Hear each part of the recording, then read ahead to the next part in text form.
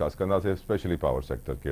अजहर सिद्दीक साहब ने हमें ज्वाइन किया है, किसी तारुफ के मोहताज नहीं है, माहिर कानून है, PTI के सीनियर रहनुमा। अजहर साहब, thank you so very much for your precious time.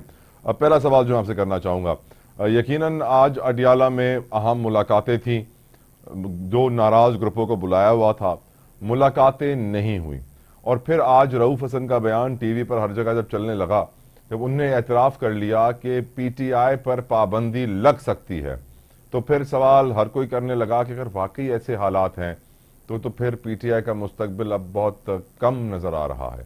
आप क्या कहेंगे सर इसके ऊपर?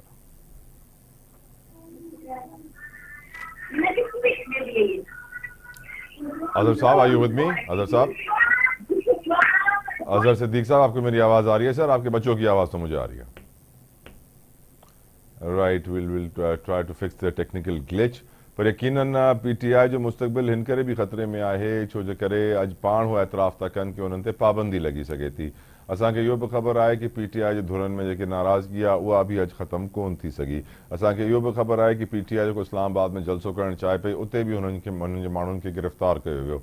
असांखे इहो बि ख़बर आहे कि इमरान ख़ान जे जेल मां निकिरण जा हाणे को आसार नज़र नथा अचनि। राना सनाउल्लाह जो ऑन रिकॉर्ड इहो स्टेटमेंट मौजूदु आहे कि अगरि उहो हिकिड़े केस मां निकिरी बि आयो त ॿियनि केसनि में उन्हनि खे बंदि करे छॾींदासीं। त यकीनन अजहर सिद्दीक साहब, आपको मेरी आवाज आ रही है सर? जी, जरा आवाज आ रही है लेकिन जरा कट के आ रही है। पूछे, मैं कोशिश करता हूँ कि आपकी बात सुन के वहाँ जवाब दे सकूं। अस्सलामु अलैकुम वरहमतुल्लाहि वबरकातुहू। उम्मीद करता हूँ आप खैर व आफियत के साथ होंगे। पाबंदी का कोई खौफ व खतर आपको भी नजर आ रहा है? आपको भी लग रहा है कि PTI पर पाबंदी लगने वाली है अजहर साहब? वालेकुम अस्सलाम जी, बहुत शुक्रिया।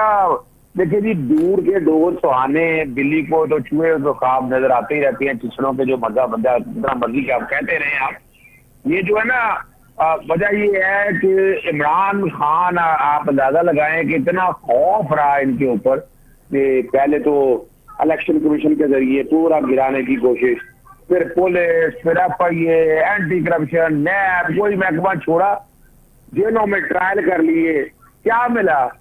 जग हसाई हो गई पूरी दुनिया के अंदर। और भी ये इब्तदा है, पहले UK पार्ट देखा, आपको पता है ना कि पहले साइफर आया, साइफर ऑफिस में regime चेंज था, तो मुदाखलत थी, पहले मानते रहे कि नहीं है, फिर नेशनल सिक्योरिटी काउंसिल का इजलास आया, फिर आपने डिमार्च कर दिया, वो थी डिवाइडेड इंतजामिया। अब ये खड़ी, अब इमरान खान को इतना ताकतवर बना दिया कि इन्होंने लॉबिस्ट के जरिए पूरी पार्लियामेंट को खरीद लिया। शर्म से डूब मरने का मकाम है इन लोगों के लिए। तो भाई, वो पार्लियामेंट आजाद और खुद मुख्तार है, उस पार्लियामेंट ने करारदाद दे दी गैर कानूनी अपना इलेक्शन की दाखिली बेनकाब करते हुए। फिर UN का वर्किंग ग्रुप आ गया और वो 17 सफ़े पढ़ने वाले हैं। कमाल कर दिया उन्होंने, एक एक केस के बारे में डिटेल और डेप्थ में जाकर, और अपने ह्यूमन राइट वायलेशन के कॉन्टेक्स्ट में जो मीडिया पर पाबंदियां लगाई, जो जातीय धाराएं पर पाबंदियां लगी, चपेट पड़ गई उनको। अब उन्हें समझ कोई नहीं आ रहा क्या इसके पीछे वजह क्या। इज्जत के केस में बरियत होने वाली है, वो इस्लामाबाद हाईकोर्ट चले गए हैं टाइम बढ़ाने के लिए। चले बढ़ा ले टाइम, कितना टाइम बढ़ेगा, लेकिन 15 तक तो ये फैसला करना ही करना है। वो जब जज कहेगा ना कि मुझे टाइम चाहिए, वकीलों का कहने से बताइए टाइम कोई नहीं है, ये काम जज का है। अब वो आगे देख रहे थे, आगे इमरान खान बाहर ना निकल आए, तो वो तैयारी कर ली। ये आपको पता है हैदराबाद साजिश की तर्ज के ऊपर, वो जो जुल्फ़िकार अली भुट्टो साहब के दौर में, उसमें वली खान वगैरह सारे लीडर उस वक्त बड़े बड़े लीडर सारे थे, तो उनके ऊपर जब देखा पिटिश वगैरह के हवाले से, KP के हर जगह से, तो वो केस तो चल ना सका। अब यहाँ भी कोशिश ये की कि हैदराबाद साजिश की तर्ज पे केस बनाया जाए, केस बन नहीं रहा था। और वहाँ देखा जब वो बयान आ गए कमिश्नर के और सबके, तो उन्होंने कहा ये क्या दिया जाए सारी बात को सामने रखते हुए, तो एविडेंस नहीं मिल रही थी। एविडेंस क्या हुआ, वो PTI के इमरान खान के सोशल मीडिया से और उनके अकाउंट से जब वो वीडियो चली, उस वीडियो को उन्होंने बेस बना कर उन्होंने कहा यही एविडेंस है। भाई क्या एविडेंस है उसमें, है क्या ऐसा जो एविडेंस के तौर पर लेके जाए आप? तो एविडेंस कोई नहीं है। काबीना ने मंजूरी दे दी, काबीना का ये इख्तियार नहीं था। हमने ये चैलेंज कर दिया हुआ है इमरान खान साहब की तरफ से। लाहौर हाईकोर्ट में डिवीजन बेंच सुन रहा है इस केस को, और उसमें ये सारे आर्गूमेंट जो हैं हम ले चुके हैं, और उन आर्गूमेंट्स को सामने रखते हुए उम्मीद है कि ये सर्टिफाइड हो जाएगा। बाकी पाबंदी लगाने के हवाले से ना, वो हुकूमत ने करना है, और ये सूबाई हुकूमत का कोई काम नहीं है इसमें। वो वफाकी हुकूमत के सब्जेक्ट ही इलेक्शन वफाकी हुकूमत का है, सियासी जमातें वफाकी हुकूमत का सब्जेक्ट है। जब वो लगाएगी तब की बातें हैं। वो आर्टिकल 17 के तहत बड़े अरसे से सुनते आए हैं, अब ख्वाब ही रह गए हैं। अभी तो आप आने वाले दिनों में सुनेंगे मार्शल भी लगा रहे हैं हम, और मार्शल के लिए जजों को डराना शुरू कर दिया गया है। तो ये चीजें कुछ नहीं होना भाई। ये दाल रोटी इन्होंने कोशिश करके देख ली है कि गिरा सके। मेरा रब जिसे गिराना बचाना चाहे उसे मार कौन सकता है, उसे गिरा कौन सकता है। तो ये बादशाह सारे इंतखाब रह जाएंगे। सर ये बताइएगा कि अडियाला में आज बड़ी इंपॉर्टेंट मुलाकातें होनी थी, शेड्यूल थी, सब कुछ तय था और नहीं हो सकी वो मुलाकातें। बेबसी नजर आ रही है पीटीआई की इस खबर में सर। अच्छा देखिए, आपको पता है कि फरंगी आए बड़े शरीर पाको हिंद में, उन्होंने इस मुल्क पे कब्जा कर लिया। इस वक्त जो मौजूदा पीडीएम है ये फरंगियों से कम नहीं है। इन्होंने नाजायज कब्जा किया हुआ है, अपना इलेक्शनों में धांधली की हुई है।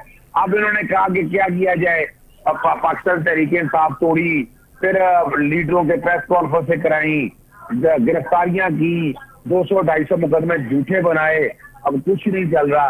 तो क्या कहा इन्होंने, कहा जी मौजूदा लीडरशिप को तकसीम किया जाए, वो डिवाइड। और अच्छा कमाल की बात है कि वो सारी लीडरशिप पहुंच के मिलने के लिए उन्होंने कहा मिलने ही नहीं देंगे, अगर मिल के आगे तो आगे धमाका हो जाएगा।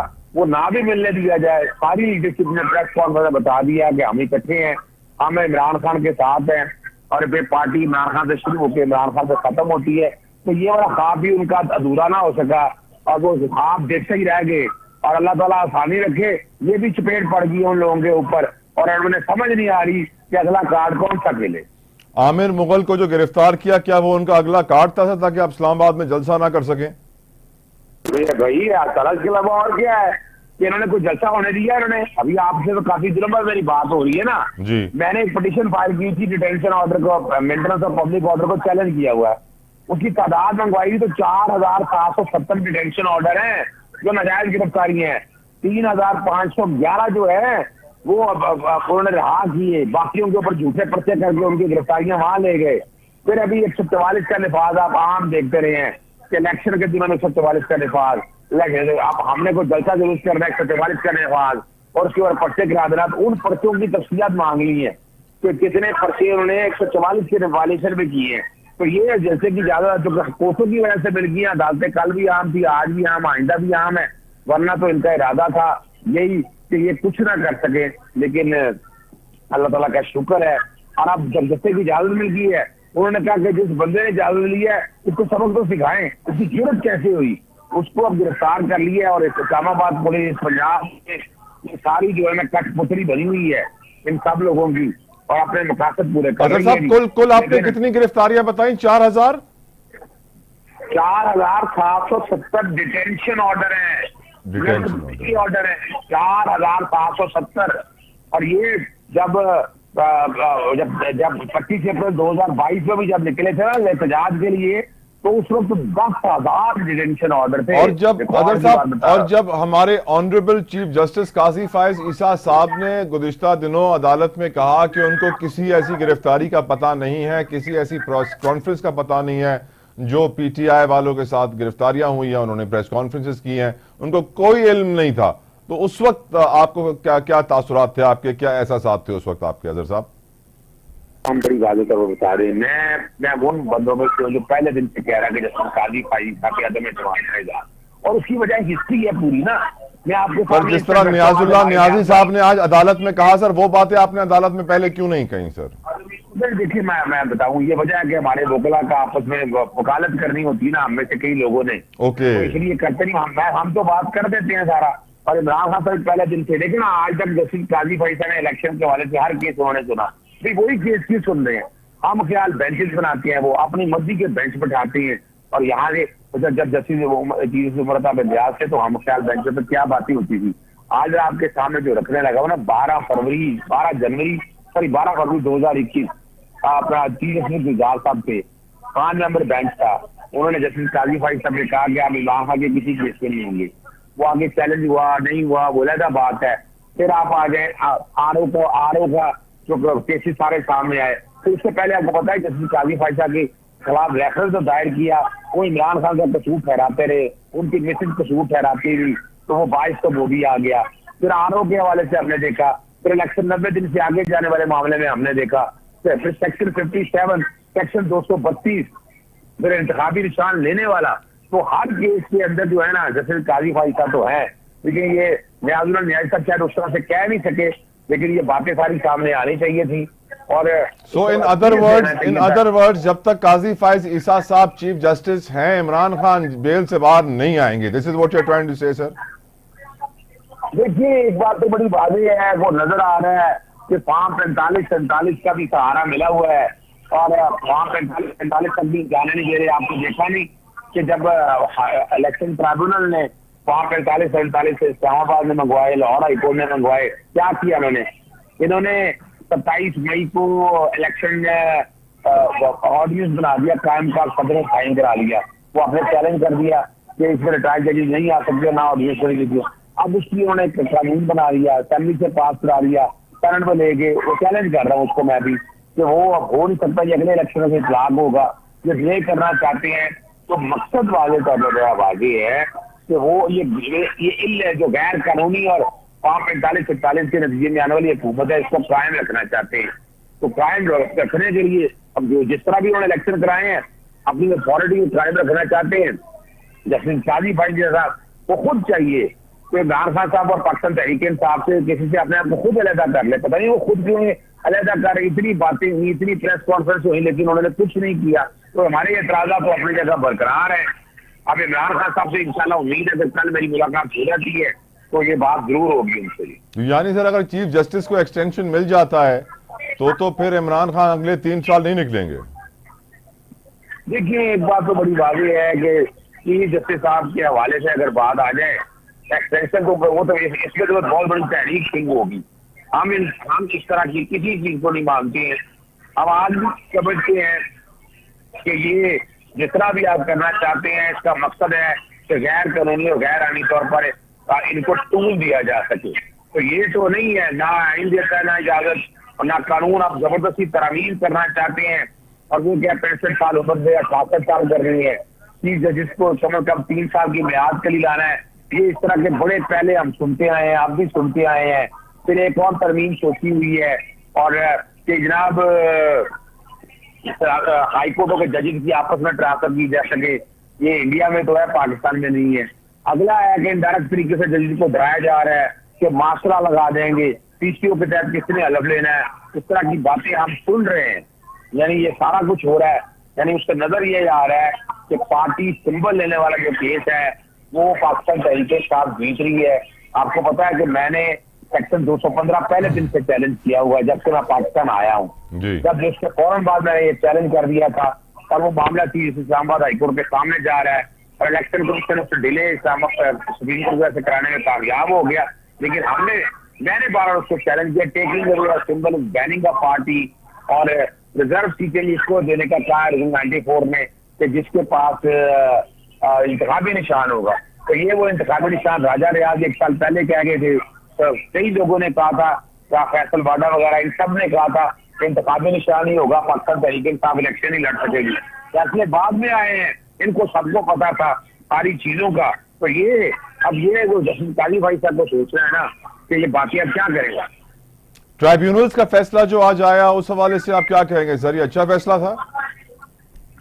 मैं नहीं से इत्तेफाक करता कि ये सुप्रीम कोर्ट को भी नहीं करना चाहिए था। सुप्रीम कोर्ट ने कंप्लीट रिलीज दे दिया कि आप आगे मुजावरत करें नए जजेस, और बल्कि वो क्या हो गया, वो फैसला भी इस तरह खत्म हो गया जब उन्होंने नया एक्ट पास कर दिया है हेलीकॉप्टर और जहाज गया सदस्यों कराने के लिए, और इस कानून का निफाज करके वो करेंगे कि नहीं भी हम तो हाईकोर्ट के जज की तरफ जा ही नहीं रहे, हम तो रिटायर्ड जज लगाएंगे और रिटायर्ड जज की तरफ लेके जाना चाहते हैं। लेकिन इस कानून को भी चैलेंज मैं करने जा रहा हूँ, पिटीशन मैंने तैयार कर ली है। लेकिन सर एक बात है, मैं समझता हूं कि अगर पीटीआई जस्टिस एजाजुल एहसन को अपनी जमात में शामिल कर ले या फिर जस्टिस मज़ाहिर नकवी को शामिल कर ले, तो मेरे ख्याल से बहुत मजबूत हो सकता है आपका केस।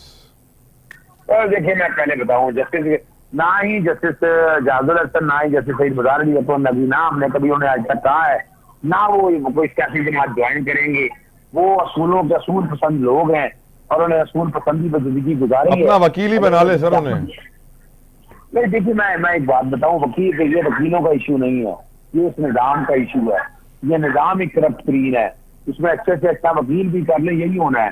क्या होगा जज करे, फर्ज करें अगर कोई इनमें से जज आ भी जाए तो क्या होगा? मैंने चलाना तो कोर्टों ने है, और वो खास तौर पर जज काजी फैसल साहब ने चलाना है, तो बड़ा मुश्किल है। यानी इन चीजों को सामने रखते हुए उन्हें को कंट्रोवर्शियल हमें नहीं बनाना चाहिए। वो अपना रेस्ट कर रहे हैं, लाइफ जिंदगी एंजॉय कर रहे हैं, उन्हें जिंदगी एंजॉय करनी चाहिए। और सर आखिरी सवाल आपसे, आज जिस तरह यूनिटी का मुजाहरा किया गया अडियाला के बाहर, आप समझते हैं पीटीआई में कोई अब धड़ाबंदी नहीं है? फवाद चौधरी जो करना चाह रहे थे वो नहीं कर पाएंगे और कोई यूनिट्स नहीं बनेंगे, फॉरवर्ड ब्लॉक पीटीआई में नहीं बनेगा? तो बात है, कोई फॉरवर्ड ब्लॉक नहीं। पाकिस्तान तहरीक इंसाफ इमरान से शुरू होती है, इमरान से खत्म होती है। यही लोग कहते हैं सर इमरान के साथ खत्म ना हो जाए। नो, सवाल ही पैदा नहीं होता, ये जेल में रख लीजिएगा। ये जो जज्बा, ये जो झंडा इमरान खान ने उठाया ना, अब ये जो इससे अलहदा हुए हैं, अब जो मर्जी कहते हैं ये एस्टैब्लिशमेंट चाह रही थी तो पार्टी तकसीम हो सके, वो मुंह चपेट पड़ गई है मुंह पे, वो तकसीम नहीं हो सकी।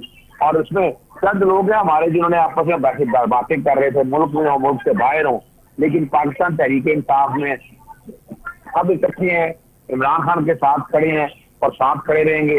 जो इमरान खान से अलहदा होगा वो देख लेगा, और ये भी जो चोचा छोड़ा गया वो कितनी देर चला है आपने वो देख लिया। बहुत शुक्रिया अजहर सिद्दीक साहब आपके कीमती वक्त के लिए। यकीनन आपने